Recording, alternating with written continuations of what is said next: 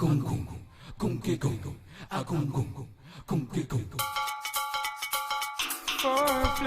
guys, it's Nella, and with me today I have Bajan Radio Killer. I always say a road killer, I don't know why. It was made for the road, but it's okay. Radio too. You're fast. And you listening fast, so that's very good. Okay, so I'm seeing you're wearing your brand. I'm not sure. One of them. I'm not sure if I can say it, but I will anyhow. King? It's spelled King. Yeah, but we say King. When you're on TV. King. Right. Can you tell me a little bit about it? Actually, just to make it brief, a king does what he wants. I had several lines over the years, and my team just decided that it was time to do something not arrogant, but something that will let them know that we don't necessarily follow trends or we are not looking for approval. So, if a king do we want, we say king shit. Who can tell me no? And your mission statement in life as well. Must bust. Must bust. B-U-S-S. M-U-S-T. B-U-S-S. Why? Why? Because when I hear that, I think of something. Yeah. Actually, a lot of people get misguided by it. It's not a problem because in life we all must bust, or me or you wouldn't be here. But, however, I believe that at some point every artist is supposed to find a niche that they could grab to. So for instance, me personally, I just believe that everybody should find what they want and love in life and basically push towards it. With that mindset and that frame of mind, it's only one thing that came about for me.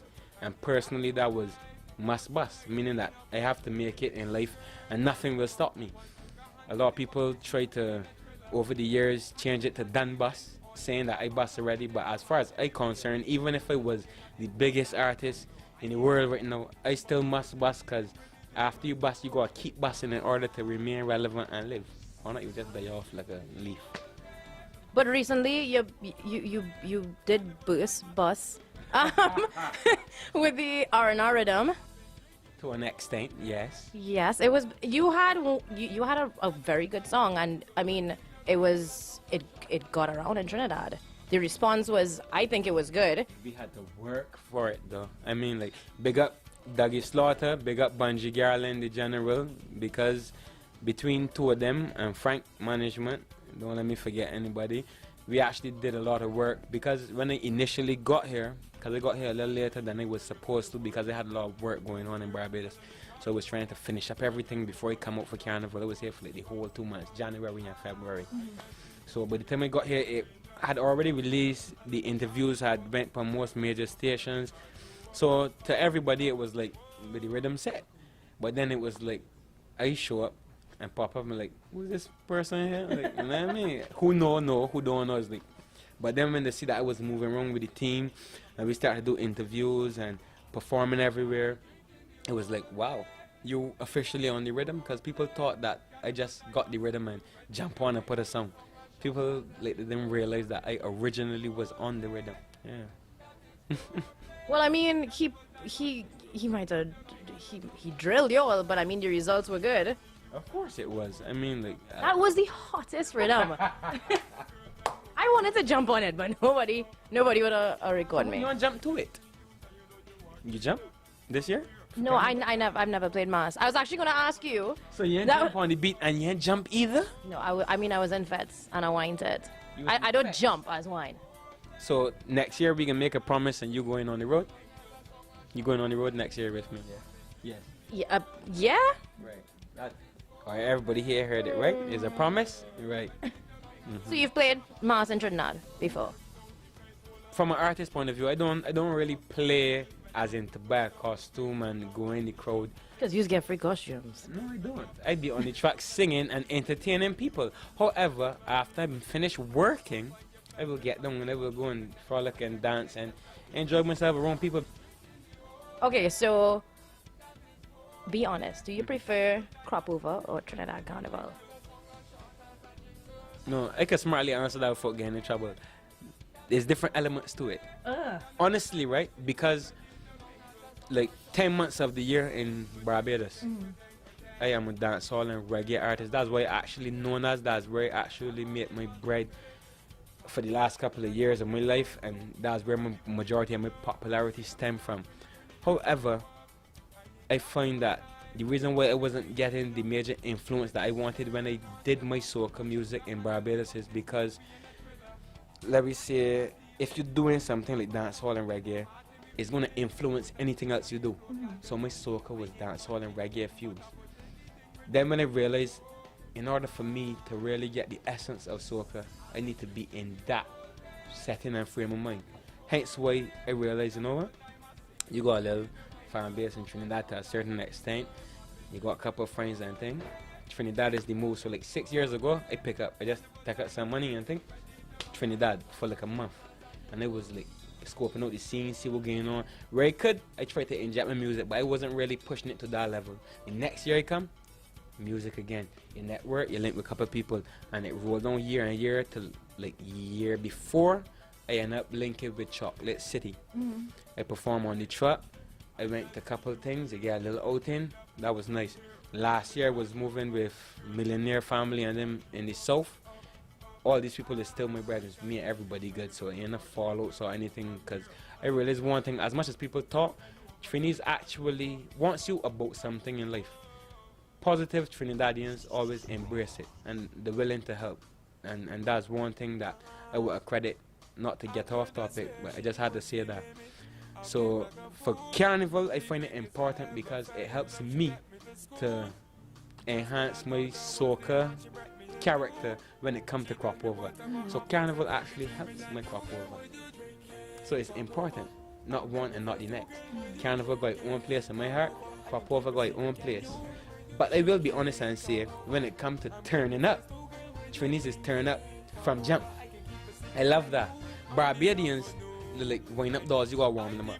So they will come out, I mean the road will be thing and that type of thing, but you see when Trinis come out, from the time they touch the street, we drinking, we partying, we But they drinking from since they home. I've been drinking the whole day. You see, that was for them, because they know what's going on. Trinidad is the bomb. Carnival is the bomb. Crop over is the bomb too. Not Carnival nicer though. You got a plug for your country. I can't leave out mine, but I can't discredit yours. Well, I have to try. Okay, so hear this. We doing crop over and we doing Trinidad Carnival. Yes, that was a promise you made, so you have to stick by it. And I hold people to their I'll promise. stick by it. Right. Okay, so for Come Over on the Grinders Rhythm, that is with Doggy Slaughter again. Yeah, the super producer, the genius of 2016. I think after R&R Rhythm, he's like one of the best. Y'all ain't heard nothing yet, trust me. He got rhythms up in there that can shake the place. He ready for 2017 too. I wasn't supposed to say that, but I did. So Trini Scene get exclusive. I also got I got a project in Masterpiece right now, and that's with my brother Lyrical, or as y'all know, Lyrical Martin. So they got Lyrical and the whole of the family and Attic in America. I got one or two other projects coming up for crop over, and we actually start working on Carnival already, so it's looking very good. So in a nutshell, Bajan Radio Killer is single. With no woman to nag him. Look. She could see this. Oh, she could see this, be honest. Wait, Trini Scene trying to advertise me or something? Cause here we know if I can pimp you out if you want me no, to. here we know if you're trying to pimp me, we gotta find somebody that could cook, clean, they gotta go a job. So I just joking. He not joking. I don't know why he's saying that. So what happened? You can fill the space there? Maybe. You can cook. Yes? Just checking. Hello. Not only curry. Oh my god. That was racist. I wish we could like flip the camera to. Okay, we're getting nothing. Yeah, I know, right? Jamali will edit. It's okay. We just edit out. We just edited out When everything that was just said. They was drinking, they were happy. Yeah, they didn't know Jans was on the ends, right? That's alright. But he's supposed to back you up. He's supposed to back you up. That's alright. Good. Back to They you. have like a love-hate relationship. I know you can't see her, but Oh, they this is do. my sister, so it'd be cool. Yeah. Okay, so your alias name is Bajan Radio Killer. I say Road Killer. Yeah. Everybody does. Uh-huh. And your artist name is Fantom Dundeal. Yeah. How? All right. So what happened is, 7 years ago, because I started recording about 8 years ago.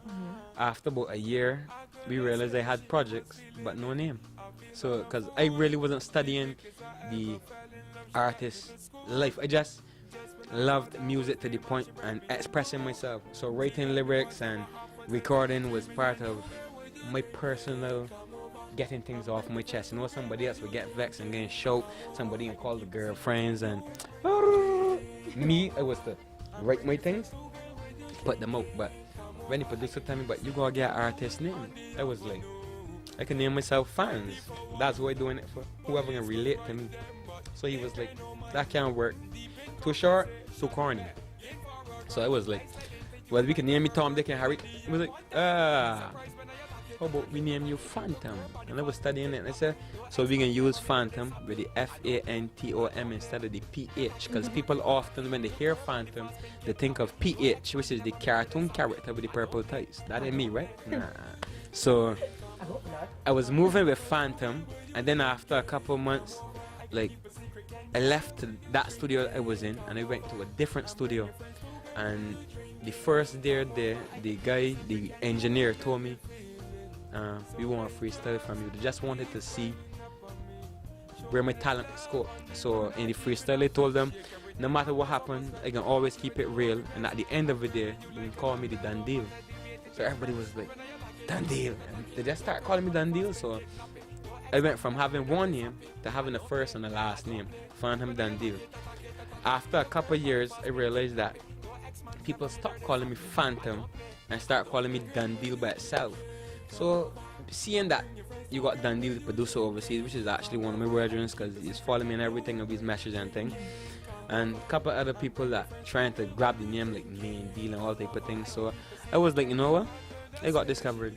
And a day I went to another studio, and the guy was like, at the beginning of your song, you normally said the Dundeal, you got a funny sentence, and I was like, you can come just laugh it. And we was doing the song, and when we get to the beginning, I was like, the Bajan Radio Killer. And he was like, what's that? I was like, I don't know, it sound bad. And he was like, no. And then we start to move with it, because, or the way how my brain works, a lot of things come on instinct. But then sometimes you have to sit down and figure out why something came to light. So after sitting down, I realized it was like my struggle all the time was trying to get a place for myself musically on the radio. Obviously that's the aim of most artists, because when you put music in the street, you hope that it comes to the level of the radio and then get over to the commercial side. Now, for the fact that I was one of the most played artists in Barbados for a couple of years now, probably from the time I came out until now, I happen to remain relevant. So it just fall in. And then what really made me stick with the Radio Killer was when I realized that some people got offended by it. Not necessarily in a big enough position to do me anything, but they took the name Radio Killer as offensive, because to them it sounded as if I was bragging, because I was played a lot and I never had to pay for play, them type of things. But at the end of the day, it was something that clicked to me, so I just stuck with it, and people now love it. I mean, apart from Trinidad, everybody's called me the Bajan Road Killer. So I guess they see me on the road so much in Trinidad, they said, you know what, your radio is Road Killer. So it's the Road Killer in Trinidad, but it's the Radio Killer in Barbados and everywhere else. Just like you are Nelly Smelly.